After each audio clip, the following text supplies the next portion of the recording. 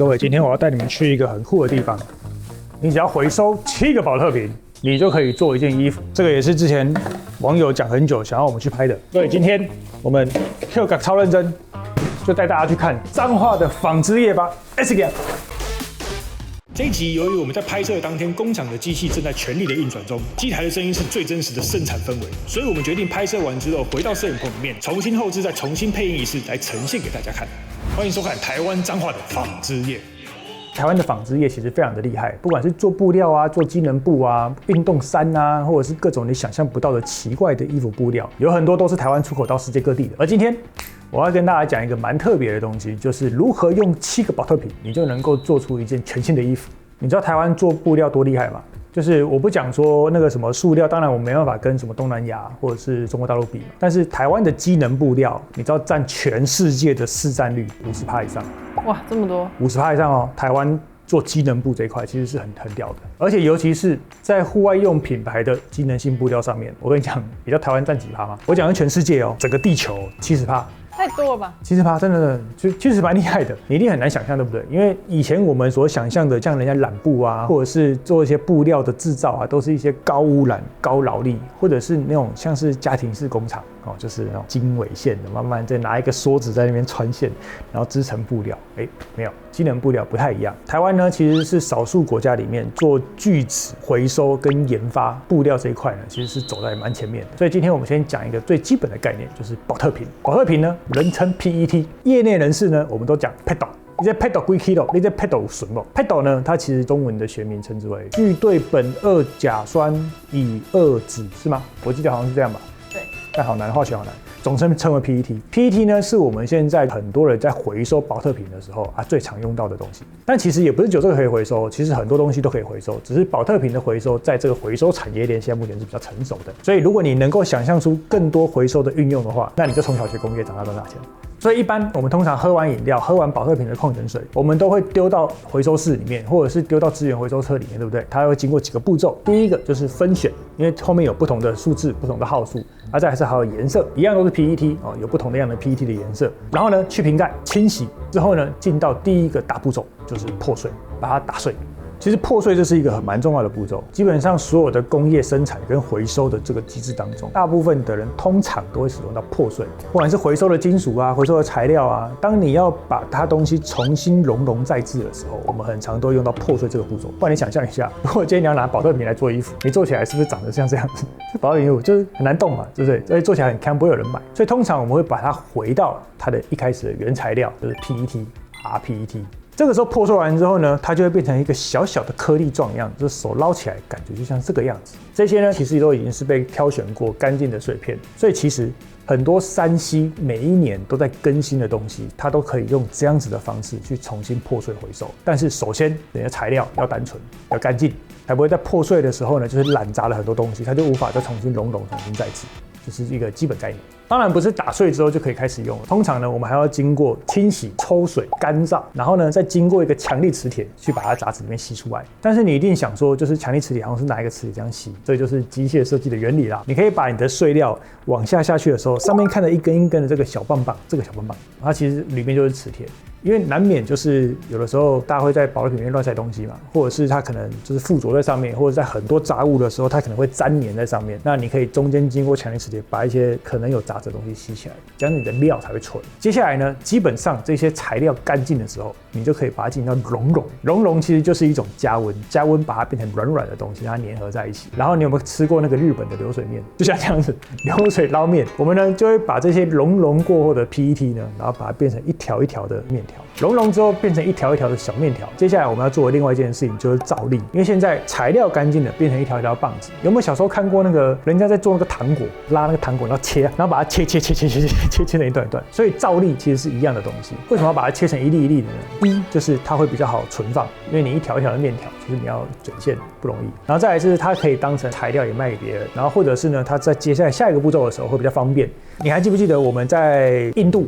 我们那时候不是有看人家射出东西吗？我们射出那个安全帽有没有？它的材料其实上面都是一粒一颗，就是在射出机里面，就是粒状的原料其实是通常最好用的。所以之后这些粒子呢，你就把它放到这个小桶槽里面。你以为就这么小？没有，这个也是整根筒槽、整根烟囱全部里面放的都是照例的粒子，大厂啊，这个厂大了。接下来这些小粒子呢，它就要再度进到熔融的状态，而在里面看起来黑黑的东西，它其实是色母，就是它射出来的颜色就可以用这些不同的色母去调整颜色。然后呢，你有没有在家里洗澡的时候，你是不是有用莲蓬头？你可以想象一下，它现在就是溶掉，变成像液态的样子。然后呢，经过你的莲蓬头冲出来的时候，它是不是会像是花洒一样洒出来？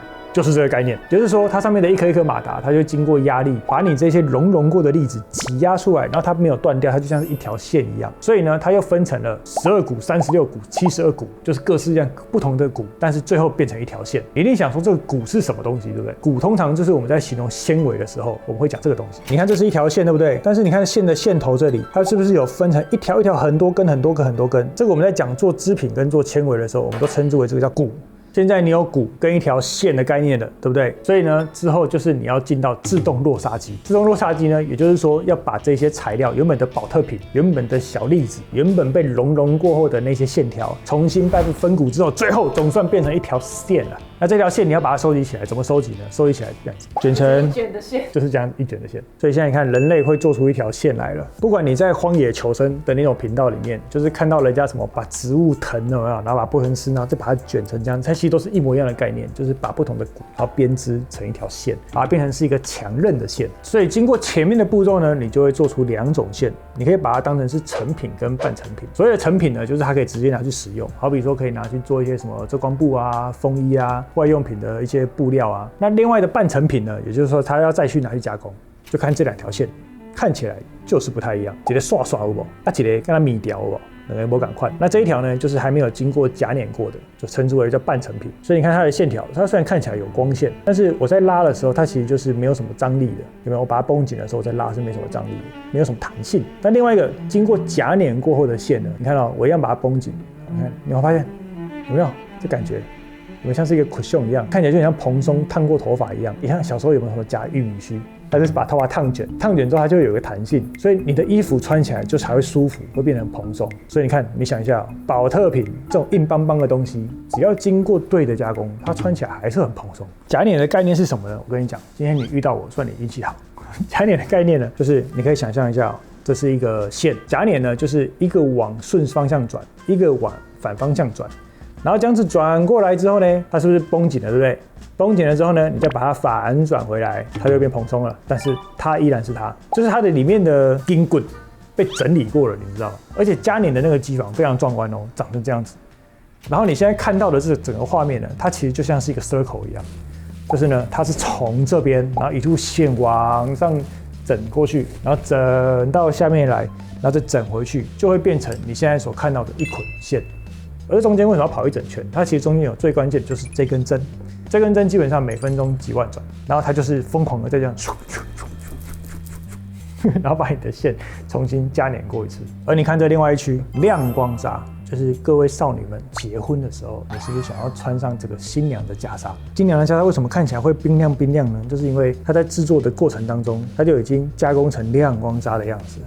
所以你看这个在灯光的照耀下很酷吧？所以你在平常穿衣服的时候，你是不是想到就是这种后面庞大的设备，然后帮你织出一条一条的线，然后最后才会变成衣服？但是它现在离衣服还很远，因为在做完这个步骤的时候，其实他们要进到一个最严重的、最惨烈的、最残酷的地方，就是 QC， 并不是把衣服做完才 QC， 而是在线的部分就会 QC。因为我一次生产这个线捆，一定都是几千几万才会慢慢织成布嘛，那布都是一批一批一捆一捆算，所以呢，他们会先把这些线织成像是一个袜套的样子，很像就是那种丝袜套头的袜套，进到染坊里面去染成一个特殊的颜色。然后呢，你看这个从袜套穿过去的时候，你就会看到有不一样的色阶，看起来是不是有点不一样？如果看起来不一样，那就全部打掉，因为他们如果寄到国外，发现这个色阶差太多，或者是寄到国外发现这品质不行的话，不是那捆不行被挑出来，而是整个货柜全部被退回来，超惨烈，运费还要自己付哦。好，现在到目前为止，你已经知道线怎么做了，但是离你的衣服、离你的一块布还有一段距离。首先，你要先理解经纬，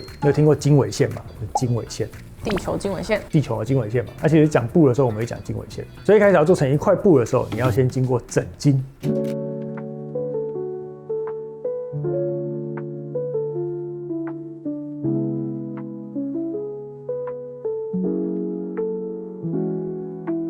整经非常壮观，就是把你刚刚做好的一捆一捆一捆的线，然后你要排列整齐，变成线阵，就是像这样的。东方不败有没有看过？你知道东方不败吗？不知道，不是你这年代的。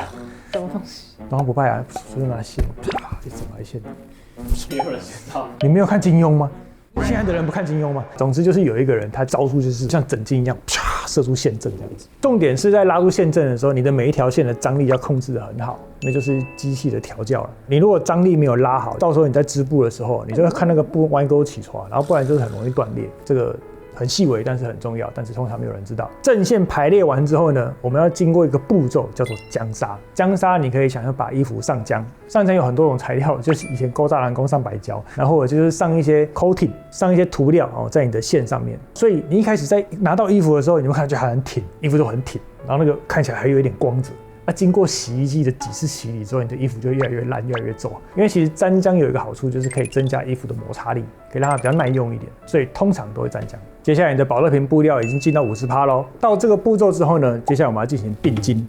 你有筋线的概念的时候呢，并筋就是把2个不同的筋线把它并在一起。有的时候它的目的是为了不管是套色也好，或让衣服有层次也好，或者是颜色啊、花色啊，就是会经过并筋的这个动作。接下来呢，就下一个动作要把它分成上下层，也就是领取。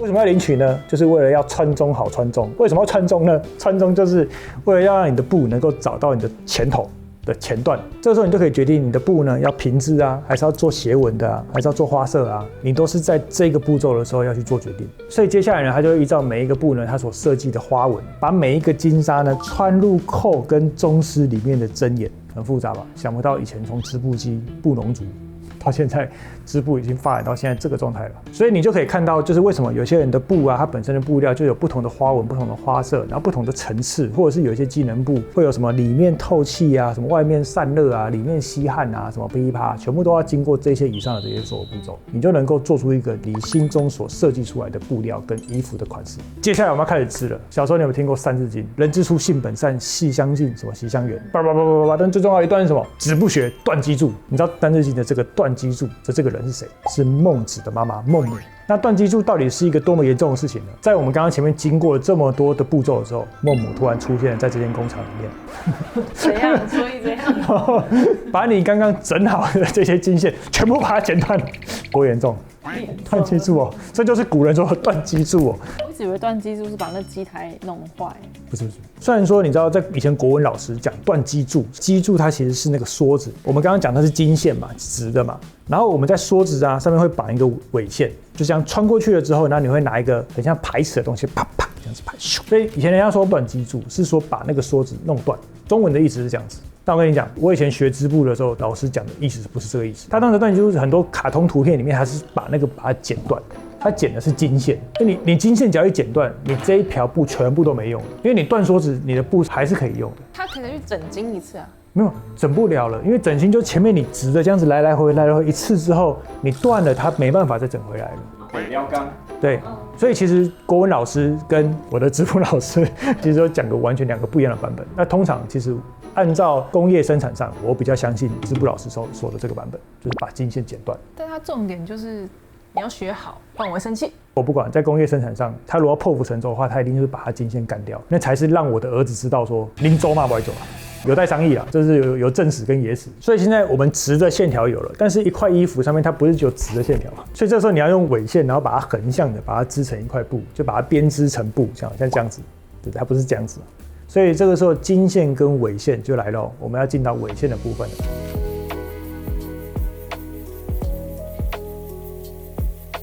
纬线呢，它的传动方式其实有2种。以前有一种就是用水射，用水给刮轨啊，就是像水箭龟一样，就是用水的动力把你的纬线射过去，然后中间打回来的那个就叫中丝。你想象一下，我现在有金线这样直的在我面前这样直过去，我现在纬线穿过去的时候呢，就是我需要有那个中丝把它并回去。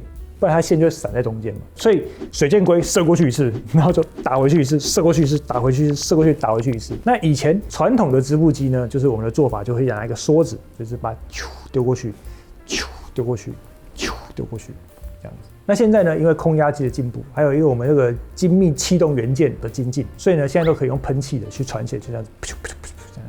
总算经过经线跟纬线2边的交织，牛郎与织女交织而成的一块布，这个布总算是完成了。你知道织女是织布的吗？废话，你知道？不是牛郎是卖牛的吗？不是牛郎是砍树的，哪是牛郎不是砍树的？牛郎不是砍树吗牛郎是？放牛的。那谁砍树？我吴刚砍树是不是？所以话说回来，你看一件衣服就这样子完成了。你以为一个小小的回收动作，其实在背后你看不到的地方，你看不到的工厂里面，它有一个这么庞大的生产链在帮助你的回收，让它重新再被利用。所以你现在看到有一些衣服上面写它是用回收的聚酯纤维做的，那其实后面呢就是有很多这种就是机械工程师啊，或者是有很多这种设备商啊，或者是还有很多这种研发开发的人，想尽各种方法想破头，把以前这么传统的织布的动作，把它改良成这个浩大的台湾织布工业，非常伟大，非常厉害。而为什么要做这件事情呢？因为做这件事情它的成本相对来是很高的，其实呢都是为了要摆脱这个石化生产链的需求。像我们拍摄这个厂，它其实就是有帮助非常多、非常大，每个人手上都有的生产链提供供应他们的产品跟它的布料。所以呢，他们这些非常庞大的企业呢，他们就会规定，在你的生产的过程那些工厂当中，一定是需要有回收的这个机制 ESG 啊，你才能够供应他们公司、他们品牌所有的产品线跟所有的材料。虽然说我们今天这次的影片里面的很多画面跟很多的工厂设备都是一般你没办法进去、没办法看到的，但是呢，你又觉得这些装置很酷，这些想法实在是太屌太炫了。那其实我都可以推荐你去看一个即将要到来的台湾设计展。你知道今年2025年台湾最大的设计展在哪边？在彰化。时间呢是10月10号到10月26号，我到时候现场有一个演讲，我会去参加哦。你会去讲，你会参加？我会参加，我也会讲啊。你可以搭个高铁，不管你在哪一个县市的人，就直接在高铁田中站旁边的展览馆，称之为叫彰南展区。而这个展览馆呢，他们以彰化力作为主题。为什么要叫做这个主题呢？因为他们想要展现彰化产业跟全世界产业的连接的彰化能量。你除了可以看到在这支影片所呈现很多厉害的彰化工厂之外，那现场呢也会有很多像是声光秀啊、沉浸式的体验啊，还有许多彰化你可能从来不知道，但是原来这么厉害的彰化企业的共同传统。Made in 彰化，然后你看看彰化制造的真正实力。好啦，这一集就是大家敲碗许久的台湾织品业如何回收赚大钱特辑，希望你会喜欢。如果还想要知道更多奇怪的工业知识，或者是想要知道什么奇怪的产业的话，都欢迎你在下面留言告诉我们。或者呢，你也可以每个月省一杯饮料钱，加入我们的超认真会员。你除了每个月可以得到很多有趣的团购商品之外，你还可以看到很多其他人看不到的影片哦。这里是超认真少年，我们下礼拜再见，拜拜。吴刚砍树，牛郎是放牛的，对，织女是织布的，对。那中秋节是吴刚砍树嘛，玉兔捣药嘛，对不对？哦啊，在上面那个不是织女，是嫦娥啦。对啦，对啦，是嫦娥啦。嫦娥奔月，在月亮上面有织女，也有嫦娥，对，对不对？对。上去找梅亚的有吴刚跟牛郎。是吴刚本来就在月球，但我不知道为什么。吴刚本来就在月亮，他没有上去。这不重要。